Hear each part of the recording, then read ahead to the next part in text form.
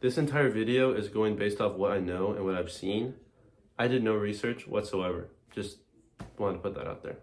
So as I'm reading the video, I'm seeing that the brightness got higher. I don't know how, and I don't know how to fix it, so it's just going to stay that way. Just enjoy the rest of the video. You know me in real life, which I assume most of you do, because I assume the people that are actually watching this are my friends or my family. You know I love history, flags especially, and like geopolitics, like everything about the world. Look over my room, there's a bunch of stuff. Like I have a really cool globe from the 50s. I have a record about all the presidential speech candidates. A bunch of maps everywhere. I have a lot of stuff. And I also like to learn about the world. Well, I just graduated high school. Class of 2025, pretty cool. I have one question though. Can the world not eat itself before I turn 18? By the time I'm posting this, hopefully, it'll be 1 week before my birthday, before I turn 18. And I'm scared. I'm very scared because so much is going on and I want to enjoy some adulthood time, I guess, before the world just shits itself. And I don't want to be scared that I'm going to get drafted or shot or blown up or literally any way of like being injured or being heavily affected. I just don't want that to happen to me. If the title wasn't clear enough, we're going to talk about stuff going on in the world. Enjoy. Now, I can't say much because I live in the United States of America. And not only that, I live in the great state of California. I have a US map. That's California, I'm pointing there. So I can't really say much. Not only that, currently, this state is like actually horrible to live in. Weather, people, environment. I don't want to be here. This is all I know. So I don't really know where else to go. But what I can say is that I love to criticize other countries because my government does the same. So let's start with, I guess, the longest running thing so far. And that's Russia versus Ukraine. I know this map is really, you guys can't see it. I'll zoom in. But Russia versus Ukraine. I don't know if this makes sense, but how long has this been going on for? And I really don't get why it's still going on. I get there's historical ties. USSR, satellite state in the USSR. Okay, I get it. I do. But is it necessary? I don't think it's necessary. There's a lot going, like, how much money did the US send? Like a lot. That could have gone to like my Fortnite, you know? Thank you, Joe Biden. Just kidding. Now this all presidents do bad. What am I saying? Who knows if it's even bad? All presidents do questionable things, like being a felon, or smelling children, or bombing hospitals in Yemen. You know, the list goes on. Watergate, at least he resigned. Anyway, Zelensky, don't know who that guy is, if I'm honest. I know he was in some kind of like weird ad I saw on Instagram, but I don't know if that's true. And I lost the reel like right after, so. Putin, I know he's got a big country to take care of, and you know what, man? I don't endorse you taking other countries. So, also, you're friends with like China and North Korea. Those are pretty scary because I live like right there, and across that sea is them. I don't want to get bombed. I don't want the Japanese bombs that they did in the World War II. It's not cool. And Pearl Harbor, you know? That's not funny, I don't know why I'm laughing. Jeez, there's so much. There isn't a lot. No, Israel versus Palestine, right? I have a pretty heavy opinion on this. I'm not Israeli or Palestinian. I'm not even Middle Eastern or Jewish or Muslim. But I think we have one man to blame for this, and his name is Winston Churchill. I don't know if this is exactly true. And I could just be bullshitting. and spreading misinformation, which would also be pretty funny because the internet is known for that. But if I'm correct, and if not, I'll completely cut this part out. He endorsed the state of Israel to be in the Middle East. And I get that there's very much historical significance, you know? Jesus was born here, I think. I'm not religious. Jesus was born here. There was like a bunch of stuff. I'm not religious, and I'm doing no research. I probably should have said that in the first place. There's a lot of historical significance, and I get it. You know, they even went to war with Egypt, the 6-Day War. I think that's what it's called. Took over that little Suez part, transcontinental for a little bit. That's pretty cool. But why would you put anything like that there? And I get this was the 40s before anything, I guess, major really happened. I don't know how to explain it. It's not like the U.S. got what they wanted, and Western powers more specifically got what they wanted because they backed coups in Iran, the coup in Libya not that long ago. So they backed the coups, but at the same time, you kind of shot yourself in the foot by putting a fucking colony, right? It's supposed to be a colony, or it's like a territory, in the Middle East. Very controversial area as a whole, right? You know where the fucking colony was supposed to be originally? It's supposed to be in Ghana, the Ivory Coast, or fucking Argentina. You know where they put the colony? They put it there. They put it there. Do you know what they put the other colony that they were gonna put in Argentina? They put a Welsh colony. Who the fuck lives in Wales? Sheep? They put a group that has had a lot of it. I don't know, it's Exodi or Exoduses in an area where they don't tolerate much. And I really don't mean this in an insensitive tone. I'm just going off of what I know when I'm taught in the American education system, because honestly, it's kind of horrible. I had to teach myself a lot of stuff about history that I didn't know wasn't taught in schools. But yeah, let's talk about Israel and Iran. So they like preemptively threw a bomb at them, right? Because they thought they had nuclear weapons. Now Iran's Twitter account is like an incel, right? Why do I have hiccups? Iran's, what I meant to be more specific about, and I'll add the Iran thing later, was originally after World War II, I probably should have said this first. For context about the settlement of going from Ghana and Western Africa to Argentina. For context, after World War II, all the powers decided like where to put this Israeli state, I guess, and they decided to put it in the Middle East. Why the fuck would you do that? Like, I know they didn't know that there was gonna be conflict. I mean, I feel like they did, but there's like, might as well. Never said we couldn't. As if like, how many times has this area been conquered by like a bunch of different groups? You have the Byzantines, right? I think the Mongols. I don't know. The Ottomans, right? They're also major. I know it's a major religious area, you know, for like Christians and Muslims and Jews.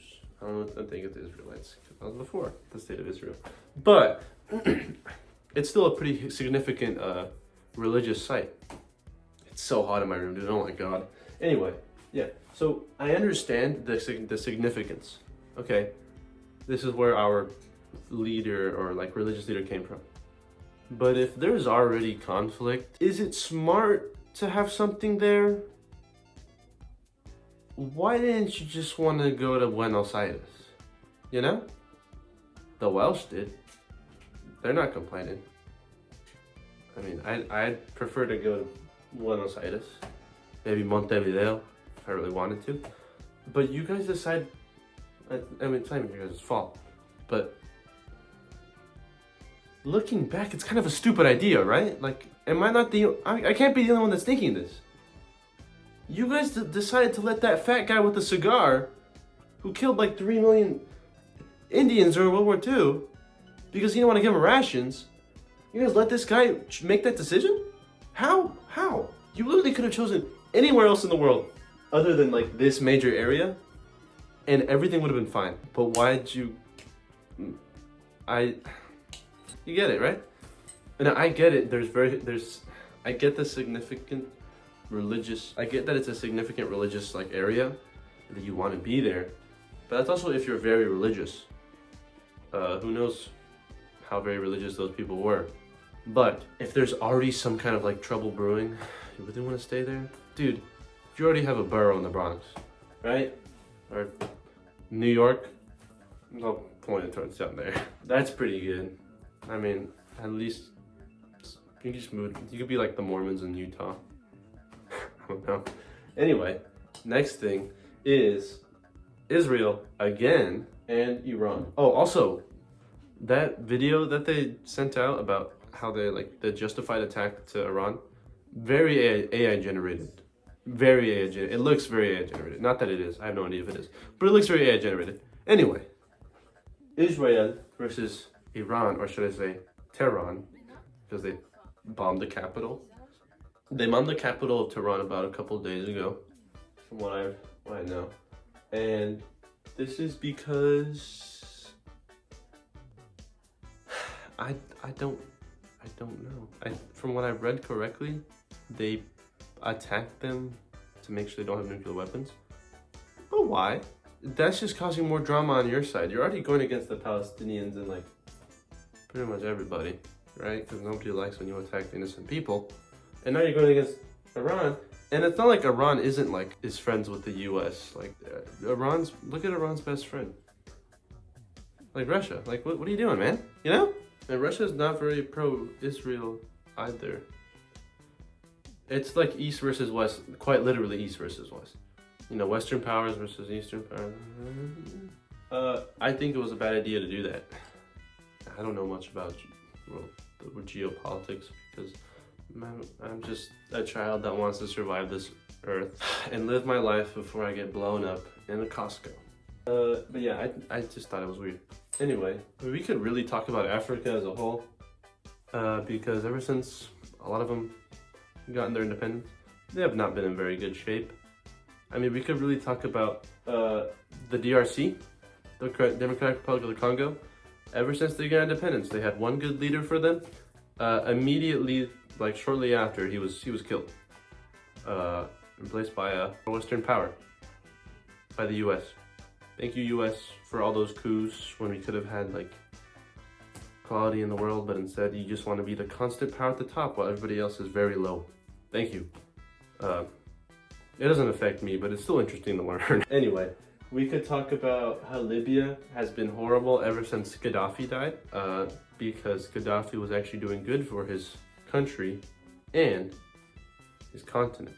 He wanted a gold-based system, and then the US started a coup, and they killed him. I could talk more about that, and honestly, I kind of want to, but I know it's pretty controversial because Gaddafi was seen as a bad guy, but every leader is always going to be seen as a bad guy.